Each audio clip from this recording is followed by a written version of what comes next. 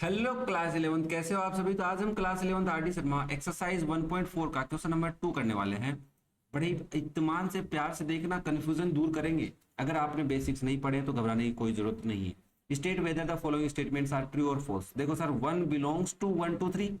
Sir देखो, हमें एक बात पता है कि एलिमेंट जो होता है वो बिलोंग करता है सेट से। ये बात हमने पढ़ी है, ये पढ़ा है। ये एलिमेंट कहां से बिलोंग करता है? सेट से। तो 1 is the element of this set, इसका मतलब ये बात सही है।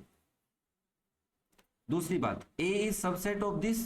सर देखो, सबसेट कहाँ? सबसेट का मतलब है वो एक सेट है। ये क्या एक सेट की फॉर्म में है, बट यहाँ पे तो ए अकेला नजर आ रहा है। सेट कैसा होता? अगर ऐसा होता ये सबसेट ऑफ दिस, तो हम बोल सकते थे कि सर ये जो है ये एक सेट है। ये क्या एक सेट है और सेट बिलोंग करता है सेट से, तब हम उसको बोल देते हैं सबसेट। तब इसका नाम क्या हो जाता है? सबसेट। बट ऐसा भी नहीं है, ये तो बिलोंग्स टू वाला है, ये गलती से यहां फंस गया तो ये बात फॉल्स है। ठीक है, this is belongs to this.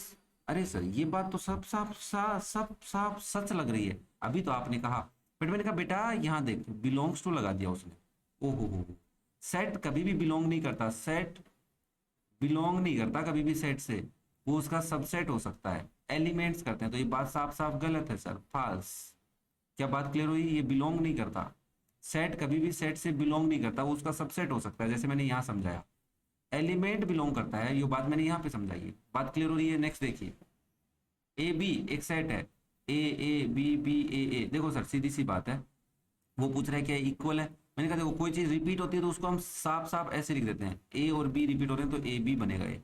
और ये तो बेचारा है भी ए बी। हाँ सर, तो मैंने कहा दोनों सही है क्या? इक्वल ही तो है, साफ साफ दिख रहा है। रिपीटेशन का मतलब नहीं है कि वो बहुत बड़ा हो गया, ना ना ना।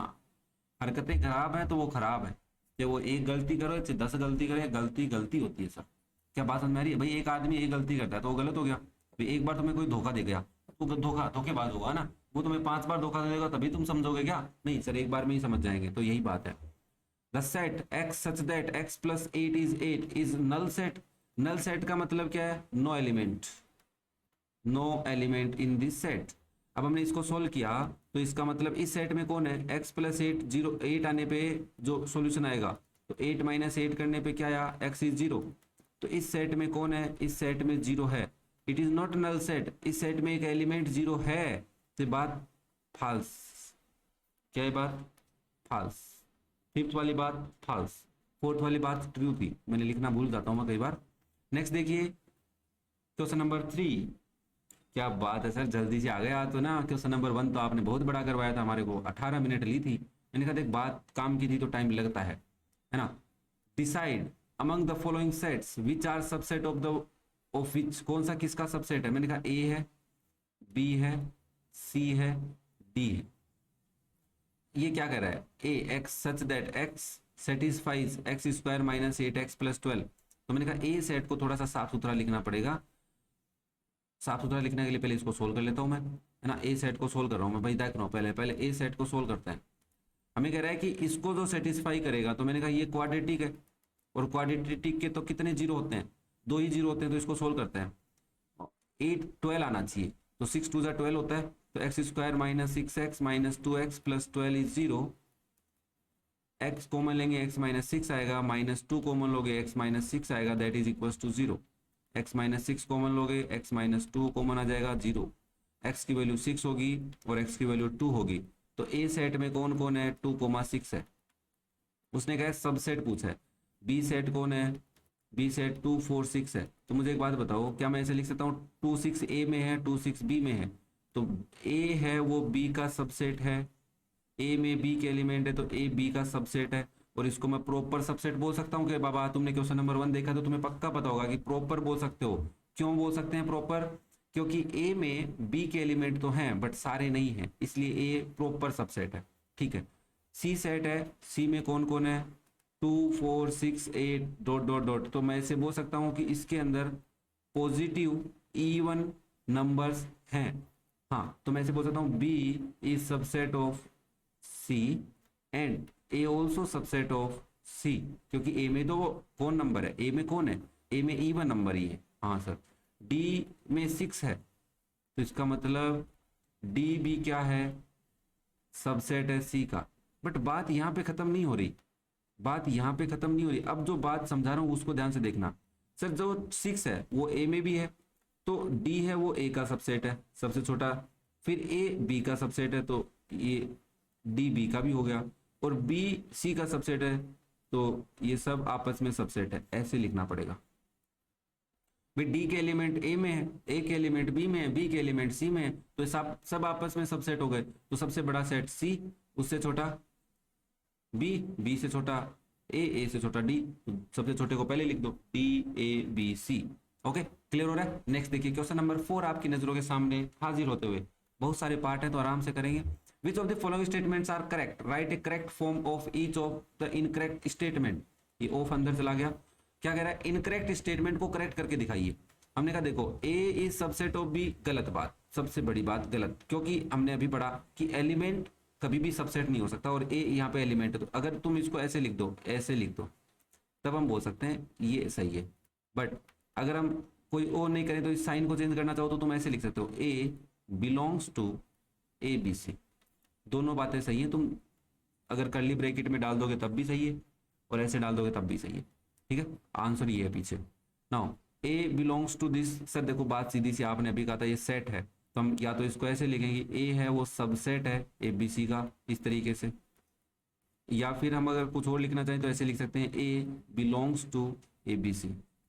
बात समझ में आ रही है? मेरे हिसाब से पीछे ये मिलना चाहिए तुम्हारे को, यही है। ठीक है बाबा, सब सेट बनाओ ना, सेट बिलोंग नहीं करता, सेट सबसेट हो सकता है, एलिमेंट बिलोंग करता है सर।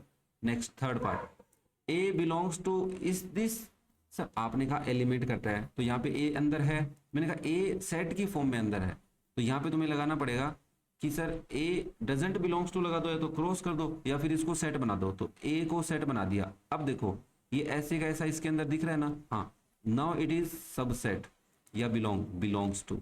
अभी सेट नहीं है रे बाबा, ओ बाबा ओ बाबा ओ बाबा, यार अभी तुम फिर कंफ्यूज हो जाओगे। क्या मैं कर रहा हूँ कंफ्यूज, मेरा काम तो यही है। मैं कह रहा हूँ अगर मैं इसको ऐसे लगा दूं, ये तो एलिमेंट हो गया, और अगर मैंने इसके एक और कर्ली ब्रैकेट लगा दिया तो ये बन गया सेट।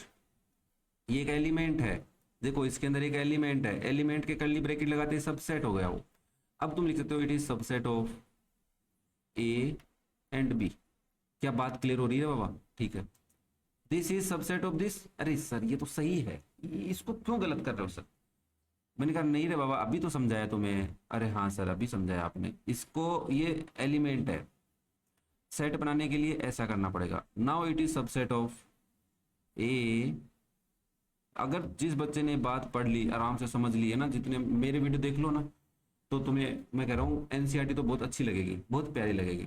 ये कंफ्यूजन क्रिएट करता है बच्चों के। Now next, B C is subset of this. Sir देखो इसने क्या कर रखा है, बी और सी को एक ब्रैकेट में डाल रखा है ना, तो मैं ऐसे बोल सकता हूँ देखो सबसेट तो नहीं हो सकता, सबसेट होने के लिए यहाँ पे मेरे को एक और कर्ली ब्रैकेट डालना पड़ेगा, बट मैं इस एलिमेंट को चेंज कर देता हूँ, मैं इस साइन को चेंज कर देता हूँ, बिलोंग्स टू लगा दूंगा, तब एकदम सही हो जाएगा, A comma B comma C. ये एलिमेंट है, इसके अंदर क्या एक एलिमेंट है। Okay, A B subset of this, नहीं नहीं नहीं नहीं सर, ये तो बिल्कुल ही गलत बात हो गई सर, ये तो हो ही नहीं सकता, क्योंकि ये एक एलिमेंट है। अब तुम ये नहीं कर सकते कि इस बी को बाहर ले आओगे ना, गलत बात। ये बेचारा पूरा एक है, इसको तुम तोड़ नहीं सकते, अनब्रोकेबल है ना, टूट ही नहीं सकता, तो इसके तो तुम क्रॉस ही लगा दोगे, हो ही नहीं सकता है, तो ये कभी हो ही नहीं सकता। समझ रहे हो ना, कभी क्यों नहीं हो सकता? क्योंकि बी और सी मिक्सअप है। मिक्सअप होने का मतलब है कि ऐसा मिक्सअप बना दिया जिसको तुम अलग ही नहीं कर सकते, है ना। अब तुम कह दोगे सर चीनी को पानी में मिला दिया तो हम अलग तो कर सकते हैं ना, बट बहुत लंबा प्रोसेस है, तो उस तरीके का हमें नहीं सीखना यहाँ पे। Next, 5 belongs to this. Sir 5 belongs to होने के लिए 5 इसके अंदर होना भी तो चाहिए, तो क्रॉस लगाओ इसके आगे, नहीं हो सकता, 5 इसके अंदर हो ही नहीं सकता। हाँ बट ये जरूर कर सकते हो, 5 is subset of this set, क्योंकि 5 is subset of every set. हाँ ये बात तो भूल ही गए, 5 इतना पावरफुल है, ये बात तो भूल ही गए थे। क्या ये बात सही है? ये तो सर सही लग रही है, इसमें तो कोई कुछ चेंज करने की भी जरूरत नहीं है। 5 सबसेट ऑफ दिस सेट, हाँ इस सेट में नहीं है तो सबसेट है। बिलोंग्स टू नहीं हो सकता, बिलोंग्स टू होने के लिए एक्स को एक एलिमेंट होना पड़ेगा इस सेट का। Okay, x such that x plus 3 is 3 is equal to 5। Five का मतलब कुछ नहीं, हाँ कुछ नहीं होना। ओके मैंने कहा इसको अगर मैं सोल्व करता हूं तो x प्लस 3 इक्वल्स टू 3 होगा, x इक्वल्स टू 3 माइनस 3 हो जाएगा, तो x की वैल्यू 0 आ गई। इसका मतलब इस सेट में कौन है, 0 है, और 0 है इसका मतलब ये 5 तो नहीं है। सर ये 5 कब होता, मैंने कहा ये स्टेटमेंट कुछ इस तरीके से होती, x such that x plus 3 0 sorry 3 and x belongs to natural number, तब तुम कह सकते थे इसके अंदर कोई एलिमेंट नहीं आएगा, ये खाली आएगा, और खाली को हम बोलते हैं 5, that time it is equals to 5। But यहाँ पे इसने आगे कंडीशन ही नहीं दी कि x कुछ भी हो सकता है, कुछ भी हो सकता है, तो x 0 है, x 0 है मतलब x 5 नहीं है। क्या बात क्लियर हो रही है? हाँ सर आपकी बात क्लियर तो हो रही है। तो मेरे हिसाब से इसके अंदर 9 पार्ट्स है, 9 के 9 पार्ट हमने पढ़ लिए, तो क्वेश्चन नंबर 4 हमारा हो गया कंप्लीट। कैसा लगा कमेंट करके जरूर बताना, वीडियो पसंद आए तो लाइक करो, अपने दोस्तों के साथ शेयर करो, और एक प्यारा सा कमेंट जरूर करना, बता के जाना मेरे को कैसा लग रहा है, ठीक है? शेयर करना मत भूलना अपने दोस्तों के साथ। Okay thank you.